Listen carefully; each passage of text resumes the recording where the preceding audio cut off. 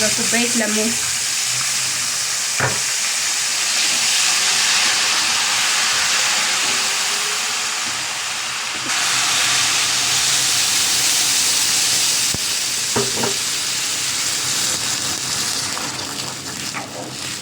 الله على الجمال. حبايب قلبي عاملين ايه؟ يا رب تكونوا بخير وصحة وستر من رب العالمين. احنا معانا اكل عظمة النهاردة. احنا هنعمل طاجن الكوارع بتاعنا ده في الفرن بتتبيلة معينة كده وتكات وتركات هتطلعها لك اخر حلاوة باذن الله. هتاكل الطاجن ده وهتعتمديه من هنا ورايح باذنك يا رب. هنسمي الله ونصلي على الرسول وتعملي لي لايك للفيديو عشان نبدأ مع بعض في وصفته. هننزل هنا بشوية زيت حلوين كده،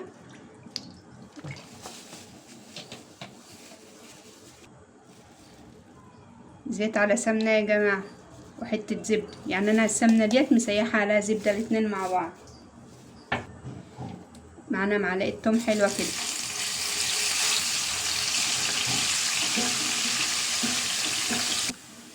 احنا متفقين سوا يا جماعة ان احنا بنحمص البهارات عشان تدينا ريحة حلوة. هننزل بشوية كمون حلوين عشان احنا عارفين ان الكوارع بتاعتنا بتحب الكمون وبتحب الكزبرة، وشوية كزبرة حلوين برضو توصي ما تستخسريش. اما الزعتر ده بقى تنزليه على ايدك كده بالشكل ده كده وتفركيه عشان تطلعي الريحة بتاعته وننعمه شوية. هنا معانا شوية قرفة، عندك عود قرفة ناشف عايزة تحطيه حطيه، بس القرفة السايبة دايما بتطلع ريحة حلوة. شوية فلفل اسمر،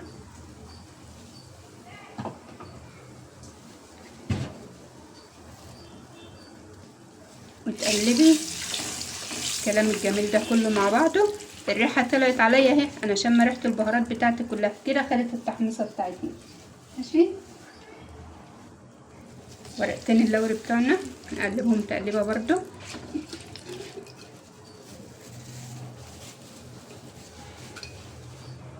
هتنزلي على الكلام ده كله بربع كوبايه خل،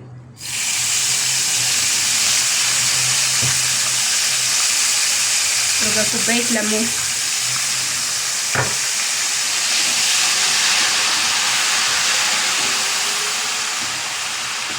شم الريحه بقى، الله الله. هننزل بالطماطم بتاعتنا تتسبك،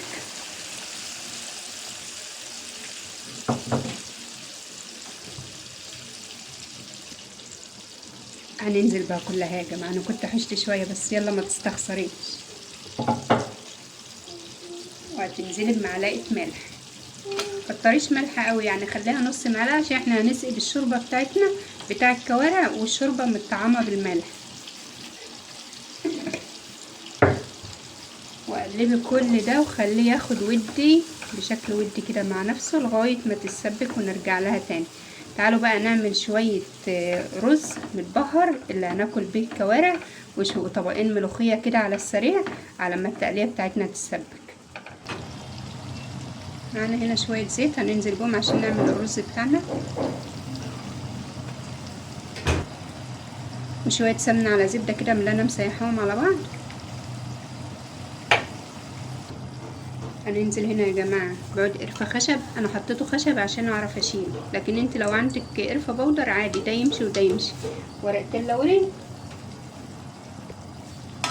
تقلبي كده يدوا ريحه، حبايتين اتنين حبهان، انا هحطهم برضو حبهان صحيح مش مطحون علشان هشيله وانا بغرف الرز، عشان ده لو جه تحت اسناننا احنا بنزعل قوي.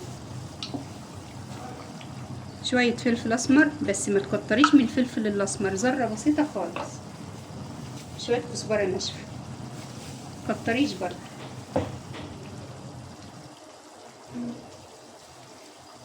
وننزل ننزل بالرز بتاعنا كده،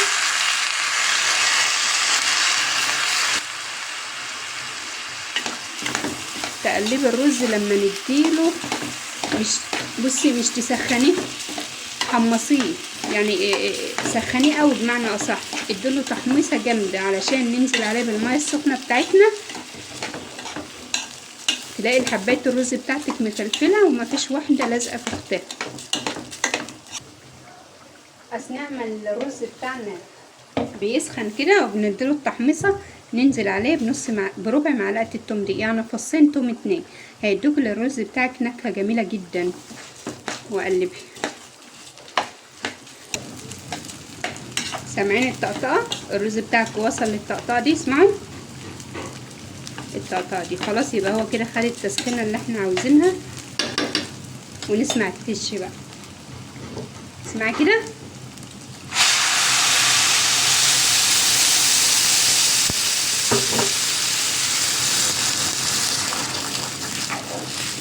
الله على الجمال.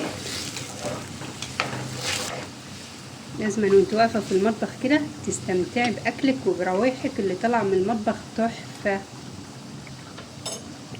تنزلي بميه سخنه على الرز بتاعك علشان يغلي معاكي بسرعه وحبايته تبقى مفلفله. شوفوا قام يغلي من الجناب اهو خلاص، عشان انا نازله عليه بالميه السخنه. وهنحط الملح بتاعنا بقى ونغطي عليه لما ينشف، معلقه ملح على حسب كميه الرز اللي انت عاملاه. اما الرز بتاعك ينشف ويختم هتحشي كل البهارات اللي احنا حطيناها دي، يعني الحاجات دي كلها كده مش هنغرفها في الطبق واحنا بنقدمها. بصوا يا جماعه التسبيكه بتاعتنا بقت فله. تعالوا بقى عشان ننزل بالكوارع بتاعتنا. انزلي بالكوارع بتاعتك كده بقى، سمي الله. بسم الله الرحمن الرحيم. الله يا جماعه، الله على الريحه. لو انتوا مكان هنا وشمين الريحه تحفه. الله الله الله.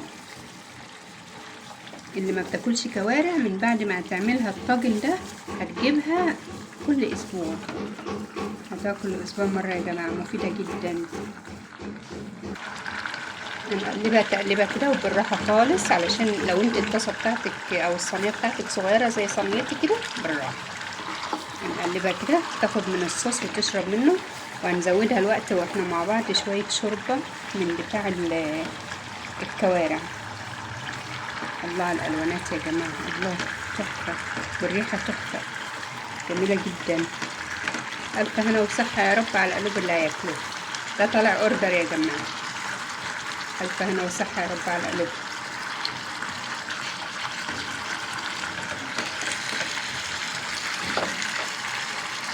هنسيبها تغلي شويه كده، يعني دقيقه واحده، وهننزل عليها بالشوربه كده. سبكت شويه مع بعضها، ننزل بالشوربه بتاعت الكوارع بتاعتنا بقى. الله شويه بس، ما تكتريش يعني. هنديلها غلوه على البوتاجاز كده وهنحطها في الطبق الحراري بتاعنا وهندخلها الفرن. احنا مع بعض واحده واحده. شايفين يا جماعه بتطبق. وصلنا للمرحله دي يبقى هي كده خلاص نشفت. هنروح نحطها في الطاجن بتاعنا بقى وندخلها الفرن. اللي ما عندهاش طاجن وعايزه تحطها في طبق حراري زي ما انا هحطها دلوقتي، تعالوا نشوف احنا هنعمل ايه.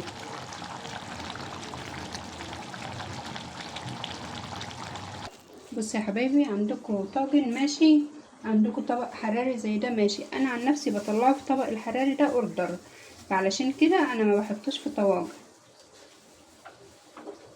فانت لو هتعمليها هتنزليه بالطاجن. بسم الله الرحمن الرحيم.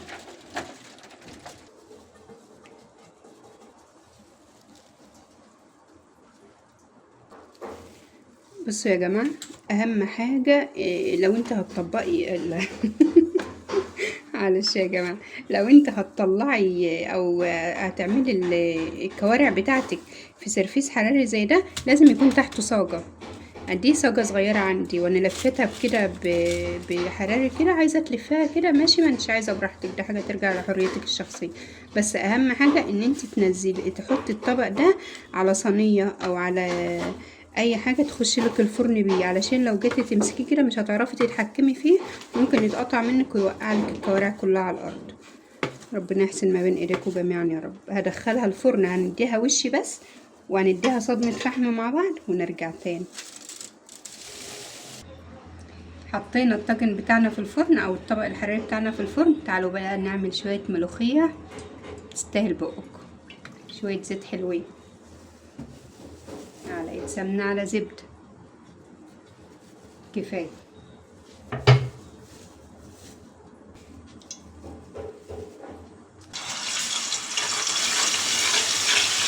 معلقة توم، بتوصل التوم في الملوخية برضو بتحب التوم.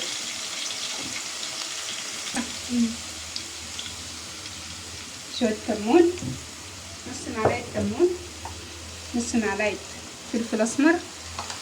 كل ده اديله تحميصة مع بعض يا جماعة. معلقة صغيرة كزبرة، كزبرة ناشفة، ورقتين لورا. كل ده اتحمر مع بعضه، ينزل عليه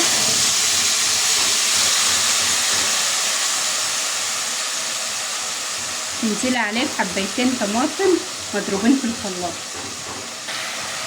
شويه ملح صغيرين خالص يا جماعه عشان الشوربه بتاعتنا فيها ملح. دايما لما يكون معاكي شوربه اعملي حسابك تحطي شويه ملح صغيرين، وبعد ما الاكله بتاعتك تستوي تدوقي وهي لسه على النار. لو عايزه حطي لها شويه. التسبيكه بتاعتنا اتسبكت اهي يا جماعه اهي بالشكل ده كده. هتنزلي عليها بالشوربه بتاعتك بقى. الشوربه بتاعتي كانت في الفريزر يا جماعه، ما تتخضوش. الشوربه بتاعتنا غلت اهي. هننزل بالملوخيه بتاعتنا بقى. هتنزلي كده وتقلبي بس ما تغليش منك. اهم حاجه هنعمل لها الطشه الوقت. ايدك شغاله تقليب في الملوخيه علشان ما تكتلش منك. لو ايدك اتشلت منها هتكتل وهتتعبك في ان هي تتفرد معاكي.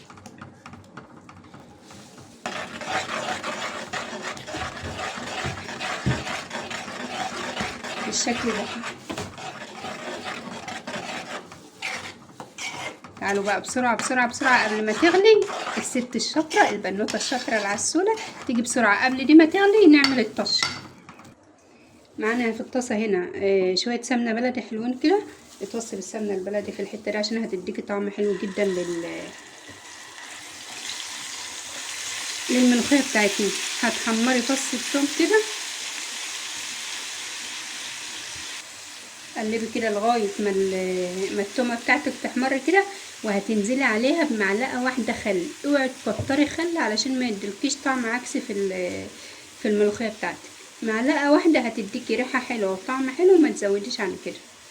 هتحمري لما التومه بتاعتك تاخد لون حلو، وما تخليهاش بيضه عشان ما تبقاش باينه بيضه في قلب الملوخيه بتاعتك.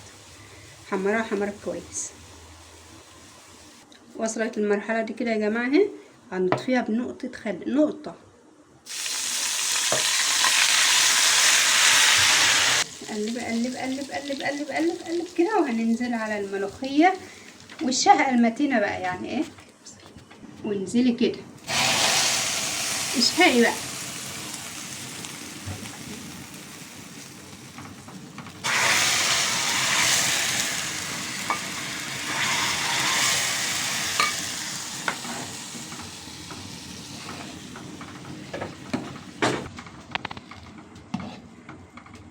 كده الملوخيه بتاعتنا بقت جاهزه. ما تخليهاش تغلي، يا دوبك تبقبق بالشكل ده وهنطفي عليها كده. الملوخيه بتاعتنا خلصت. خلصنا الاكل بتاعنا ودخلنا الكوارع بتاعتنا الفرن كده بألف هنا وصحه يا رب على قلب اللي ياكلها. اللهم امين يا رب العالمين. وعملنا الرز. انا عايزه اوريكم بس حبايه الرز يا جماعه. شو حبايه الرز، مفيش واحده لازقه في اختها ما شاء الله. بألف هنا وصحه، مستويه ومفلفله خالص اهي. حطينا عليها شويه صلصه للتزيين بس يا جماعه. يعني اللي عايز يزين كده يزين الطبق بتاعه، مش حابه تزيني خلاص. حطيت عليهم شويه صلصه كده من اللي هي باقيه من بتاع اشتريت شويه من الصلصه دي اللي احنا عملناها للكوارع، وحطيت عليها شويه كده. وده الملوخيه بتاعتنا اهي. الف هنا وصحه يا رب الكل ياكل منها.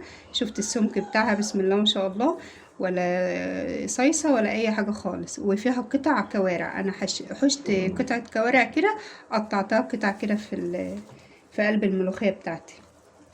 الف هنا وصحه يا رب الكل اللي ياكل منها. وده كان اوردرنا النهارده وبنطلعه بالشكل ده. بس لسه ناقصه العيش يا جماعه عشان انا نسيت العيش اللي بيطلع مع الاوردر، كل مره بنساه.